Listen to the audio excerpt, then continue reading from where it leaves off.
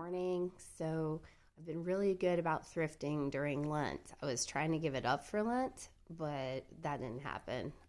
So I've been kind of keeping it easy and just looking for specific things like I normally do, but I haven't been to the bins except for that one time on President's Day. So I'm going to try to keep it going until Easter and just kind of clean up my house and get everything organized. And so far that's been going well. So I just wanted to share this mantle that Emily had designed for me using stuff that we already had in the house and a few things that we've thrifted along the way. So I want to tell you the story behind them and where they came from and how much we paid for them and all that good stuff. So starting over here, I have this awesome 1980s lusterware swan that we found in a thrift store. It was a charity shop for a church down in, I believe it was Georgia, last Thanksgiving when we went with Uncle Dave. And I just loved it. And this was before swans were like super popular. So I guess it was 2 years ago when we were there with Emma and Craig and Dave and Heather and Eland and Haluna and all those guys. So that was exciting. And that was the only thing I brought back was this swan. And I think I paid like $2 for it. So, but I just really liked it and I liked the color. And this little hummingbird lamp I bought at a Goodwill. And I think I paid like $3.99 for it. But I just love the orchid on it and I love hummingbirds. So that was sort of my just like little whimsical thing that I bought myself from back then. These eggs and this Yankee candle we bought at the store. I think the eggs are from Target, and I think this banner is from Target from God knows how many years ago, probably like 3 or 4 years ago. And I just really liked all the fabric on it and the fact that it's just got twine and it's embroidered with the letters. So I've just kept it, and reused it each Easter. This painting is by Grandpa Dean. So he did this for us a couple of Easters ago, and so we wanted to put it up. We put it up each Easter, and I really like the kind of whimsical, like Alice in Wonderland tie that he's got going on. So this little frame was a Goodwill bins find, and then the sticker inside was from one of my books of stickers that I got at Barnes & Noble. These shells were from our trip, our last cruise that we took before the pandemic. So found those on the beach down in, I think it was Tortuga. This guy here is another occupied Japan figurine, colonial figurine. So I've got quite a few of these, but this guy was kind of cool. He was, I think I paid $3.99 for him, maybe $4.99. But he just had really good paint and stuff all the way around, and it's very spring colors. So I couldn't find a mate to him, so that's kind of a bummer. But he's pretty cool, so he gets to be on the mantle this year. Let me see. Don't break. Okay. And then this little bunny I got on my last bins trip. He's a little box. Behind him and this other bunny, which is a homemade bunny ornament. I love homemade ornaments. So this guy's been in better shape. And I think I just bought him along with this guy, my little chick, just from the bins on a whim because they cost nothing and they were kind of cute. Back here, I have a glass butter dish that is pink that Emily used up here, but I might actually take it and use it in the fridge in a little bit because I've got some butter I need to put in there. These two little rabbits, the Czech rabbits, were from Target. Again, I think it was the same year that I bought the Easter banner. And then these two candlesticks I bought at a Goodwill, and I just love them. They're so cheesy, and I love that the butterfly is on a spring.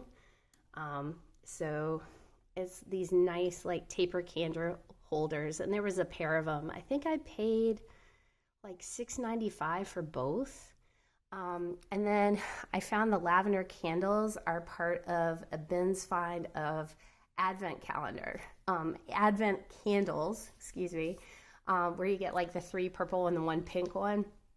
So I just used 2 of the purple ones for Easter. And then this in here is my very, very small milk glass collection that I have that Emily kind of consolidated here. This is a Fenton shoe with a jaguar on the front, which is kind of fun for holding jewelry. This little vinegar bottle I got in Tennessee when Andrew was in the hospital and I had nothing to do but sit around the hospital or go thrift store shopping, so that's what I did. And then these 2 candy holders are also milk glass. And then this is actually not a vase. I can't take it out because it'll ruin Emily's whole thing, but it's actually a lamp top.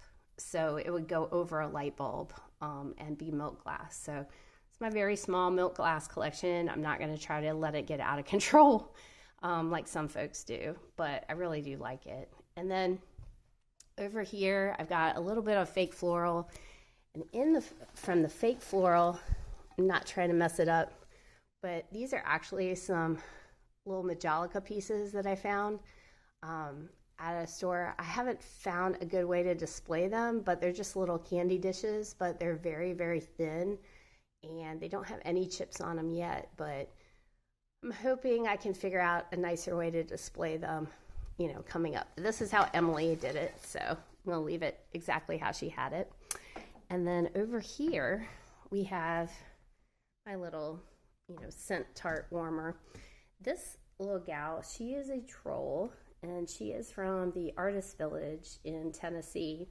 We got her on a previous trip to Pigeon Forge, I don't know, maybe like 10 years ago, 12 years ago. But she's in Norwegian folklore, like trolls are good luck. And so this is the Princess and the Frog. So she's the princess, and she's got her little frog prince here. He's got a little acorn crown. He's kind of hard to see. But, yeah, we just loved her. So she came home with us from one of those trips. And I'm not sure what she's made out of. I think it's coconut core. And then this tiny little vase I found at a Goodwill thrift store in Florida when we were down there for soccer one year. And it is actually, I don't know if you can read this, but it is from LaGuardia Airport. It is a souvenir from mid-century, like 1950s. And so you could go to all these airports in the 1950s and 60s and buy, maybe it's from the 60s, but you could go to the airports and they had little Limoges, I think it's by Limoges. See what it says here. Oh no, it's made in occupied Japan. So anyways, it is a little antique souvenir from the 1950s, I think, was occupied Japan still. And so you could get these anytime you traveled. And it's got a few little flea bites on the top, but it's in really good shape. So I just love the spring colors of it. So that is our Easter mantle that Emily designed. And hopefully I'll be able to show you some more thrift videos coming up here. I'm going to take some video of my table. I will be at the Portsmouth Antique and Flea Market in April. I believe it's April 2nd. It's the very first Saturday in April. I'll double check that date and post it on my Facebook page. But I'm excited because I have so many cool things, but I definitely don't have space for them. So we're going to have some things there that maybe I haven't had on the videos and maybe some that I have, so that I haven't found a good use for. Hi, Varg. But anyways, that's it. So I hope you guys are having a wonderful weekend, and I'll talk to you soon. Thanks. Bye.